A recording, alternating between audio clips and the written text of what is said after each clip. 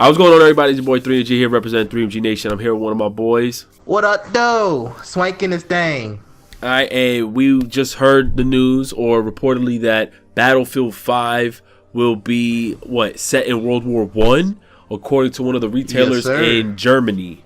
One of the games in a retailer in Germany called World of Games. It was shown on Twitter. It was listed as an upcoming EA game, and it was shown to be released around October of the 26th of this year, 2016. So, Swank, is this time period a time period that you would enjoy a first-person shooter? What is your thoughts on this?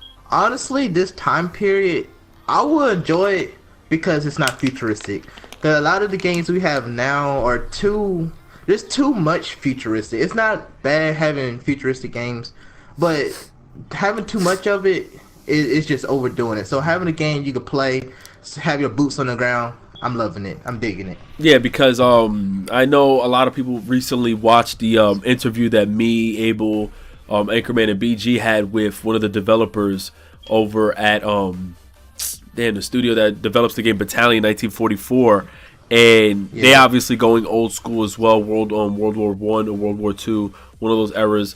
And I thought it was a great idea, and I'm actually shocked because I was hearing that Battlefield 5 will be futuristic. So seeing that they definitely took an approach and went backwards and went to the World War I era, I'm pretty hype, honestly. I'm a huge fan of World War I, World War II, especially their weapons. The only thing is, matter of fact, like it would have to, what would come into account is their story, what kind of story they're gonna have, the location that is gonna be set in, because obviously it was Europe, Africa, Middle East, the Pacific Islands, China, North and South America. A lot happened where the German, Russian, Ottoman Empire, the Austro-Hungarian empires have fallen. It was the end of those empires. There was a lot going on during that time period. Can they really nail a first-person shooter during that time period? That was gonna be one of the points I was gonna bring up. Like there is a lot to it, so I'm not sure they like this game itself. Is it gonna be one game, or will they have a sequel to it? You know, like are they gonna just have one part of story and then lead it on to have more, so they can just keep going with the story, or how will they end it? And not just with the story, but with the multiplayer. Going with that as well. Would the multiplayer only be here and then the next Battlefield different time period, or would they just keep going with it? Just keep dragging it out. That's what I'm saying, because a lot of people, including myself, I was still looking forward to a Bad Company version of Battlefield, obviously. And DICE it's been reported that DICE was working on this game. I don't know which part of DICE's studio, who specifically, because I know they came out with Star Wars Battlefront. They developed that game. But one of the biggest things that hit me were, this was from 1914 to 1918. The weapons and resources are very limited to what was used in the more modern day area of war. So seeing, Call of Duty World at War was one of my favorite Call of Duties next to Call of Duty 4. And the only downfall with Call of Duty World at War was the lack of weapons and stuff. I think it had a total of 29 weapons, which seems like a lot, but in game it wasn't, because you had like 2 shotguns, you had a lot of assault rifles, very small amount of submachine guns, you had like 3 snipers. Like there wasn't a lot. So as far as content, I don't know if they can really bring a lot, because I know in that time period we had bayonets, flamethrowers, grenades, machine guns, pistols, poison gases. What else? If you know, tanks. And what I want to know, how are they gonna implement the trenches?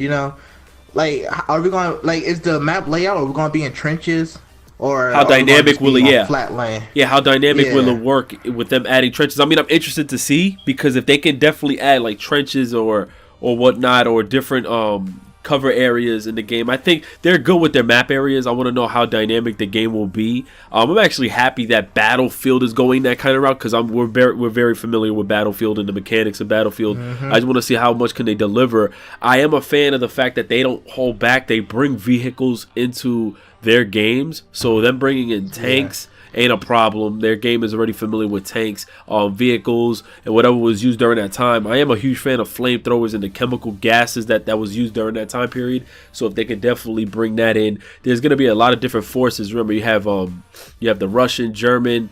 You have, like I said, the Austro-Hungarian Empire. You have, of course, the American. Mad countries. Exactly. So there's going to be a lot being involved. You got Greece. You got Romania. You have a whole bunch of different countries that's going to be involved. I'm just real interested to see how far could they get into this game. Like I said, weapons will be the main thing, along with, actual content. And what's another thing I forgot, Swank, is that World at War lacked a lot of attachments. So it's really bare bones in the sense, because what attachments really existed during that time? Yeah, all they had was like extra barrel or like extended mags.